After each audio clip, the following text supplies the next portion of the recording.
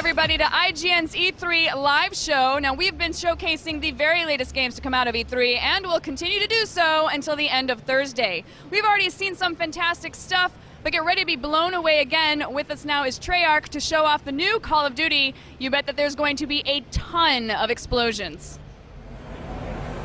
Thanks, Jess, and thanks, Mark, and thanks, Adrian, for coming here to show us the next installment in the biggest franchise in gaming. Thank you for having us. So, set it up for us. What are we going to see? Well, we're going to go take a look at Payback, and this level starts about a third of the way in, and you're with Woods, and you're playing Mason, and you're deep behind enemy lines, and this is what Black Ops is all about. This level takes place in Laos, and you've come across a Soviet encampment, and exactly what that is part of our plot, which we're not revealing right now, but you can better believe as part of Black Ops, you're going to be going all over the world, taking on some really dangerous missions. What's great about this level is with Black Ops, we wanted to introduce a variety of new gameplay, and while keeping the core essence of Call of Duty.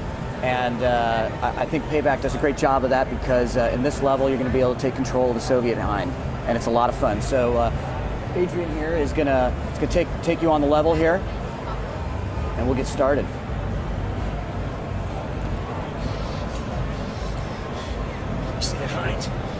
So about where in the game is this? What are we looking at here? You're a bit of ways in. You guys have been through it. As you can see, Woods, you're playing there. He doesn't take crap from anyone, and he's definitely been roughed up. But as the level's called, he's going to get some payback.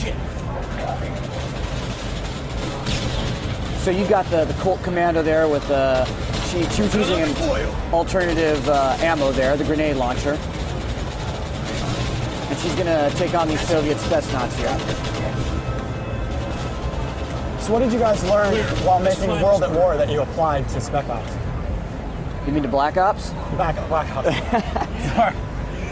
Hey, you know what? We learned a lot at World at War. I mean, bringing, all about variety gameplay, introducing new things. We weren't afraid to introduce new things in World at War. I think we, with our zombie mode in World at War, we really took the gloves off in terms of introducing new things. When we went into this project, one of the things we really wanted to do was bring variety of new gameplay. So when the team said they wanted to have a controllable helicopter and they didn't want it to be a rail, we went after it. And when we said we wanted to do big, massive, expansive environments, we went after it. Putting together this level required some significant technical enhancements. I think it showcases off the new streaming technology that we've got. These environments are beautiful. We couldn't have done that with World at War. We knew what the limitations we had in our engine were. We worked on enhancing it for this project, and this is the result. It's really proud of the team, really on all fronts, design and art and tech. The whole thing really came together. As you can see, every single thing that Riz here is shooting at, whether it's a rocket or a gun, has a different explosion effect tied to it. So the effects team really went to town. The controls, the designers really went through the controls. You know, you're a badass Black Ops, and this is a Call of Duty game. We didn't want to make it so when you got in this helicopter, you had to figure out how to learn how to fly this thing. If you can play Call of Duty, you can pick up this controller and fly this Hind. And it basically turns into the most destructive weapon you've ever held. I'm noticing there's a lot of environmental damage. How crazy did you go with that? Is that something that we're going to see throughout the game? Buildings exploding, bridges getting taken out? So, you know what? I think with Call of Duty, what we always try to do, a lot of work goes into it, is we want to make sure that you feel immersed in your environment. So if something's supposed to blow up or explode, that is what we're focused on. So Riz, why don't you back up here for a second, Riz? Take out some of the, take out some stuff for them. Like for example, so when she takes out that sampan and when she shot it up, all the pillars and planks came apart. That's what you would expect. When she shoots a rocket at the water, you get that kind of explosion. When she strafes the water with bullets, it has that kind of explosion. Vegetation will explode, things like that. It's all about immersing the player in the level. So we're going to keep going here, most importantly is performance and control and gameplay with Call of Duty. So this isn't a game about physics simulation. It's not about blowing holes in walls so that you can get through to people. If that's what you're supposed to do in the level in order to play out that level, you'll be able to do it. So Riz here's going to take out this rocket placement, and as you'd expect, it tears apart the mountain. Riz, take out that bridge in front of us. So when she takes out the bridge in front of us there, you'll notice there's chunks of concrete come out. If she peppers this with machine guns, the kinds of explosions you get are different than if you take it out with the rocket. Take out some of these guys here with the rockets so that we can send some of these trucks over the embankment. So a lot of physics applied to this, not just to the helicopter movement, but to all the explosions and all the effects. Love the emails going around about we need to have more people running around on the ground. As Rizzo comes in here and she takes out, you guys have come across the Ho Chi Minh Trail here. We wanted to be able to realistically depict what that might look like. And so we needed to make sure that we had a little bit more population going on the ground. When you're taking out all of these different buildings, concrete, dirt, vegetation, everything's exploding. So yeah, this level is incredibly fun to play. The designers really fine-tuned this. It's built for fun and really lets you take control of this hind and unleash havoc on all these enemies here. So as you can tell, she's just taken out this bridge, and it is just going to get destroyed. Depending upon where it explodes, where the bridge will explode.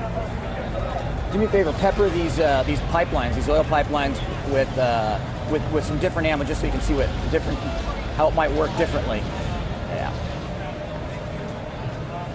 So the setting and time period is one that a lot of video game designers don't approach because it's a bit sensitive. How are you going about doing the storytelling for this that kind of gives it a sense of realism and yet doesn't, step on any toes? So we do our research so that when you're looking at something, or and whether it's an environment or you're looking at characters or you're playing, those are, we do strive for some authenticity there to make sure that the player's immersed in it. But this is our own creative associated with it, and it was inspired by learning about a lot of the Black Ops missions that occurred during the era. Good job, Liz. So we definitely,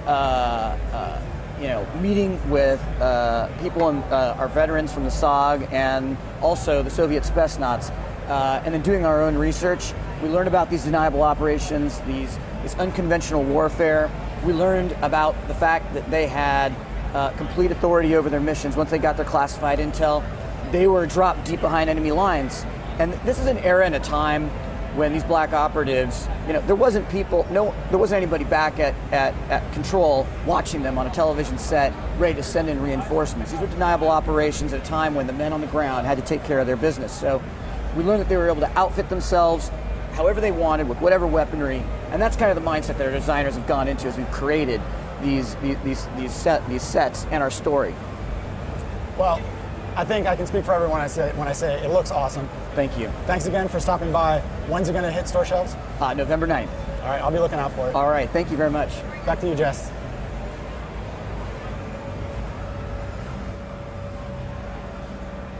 Looking good. Thanks for stopping by, everybody. So what did you guys think at home? Better than Modern Warfare 2? Send us your thoughts by following our Twitter at IGN, hashtag IGN Live. We're going to take a little break right now, but the show will go on at 2 p.m. amid a hail of bullets. Bulletstorm will be in the house along with another giveaway. See you soon.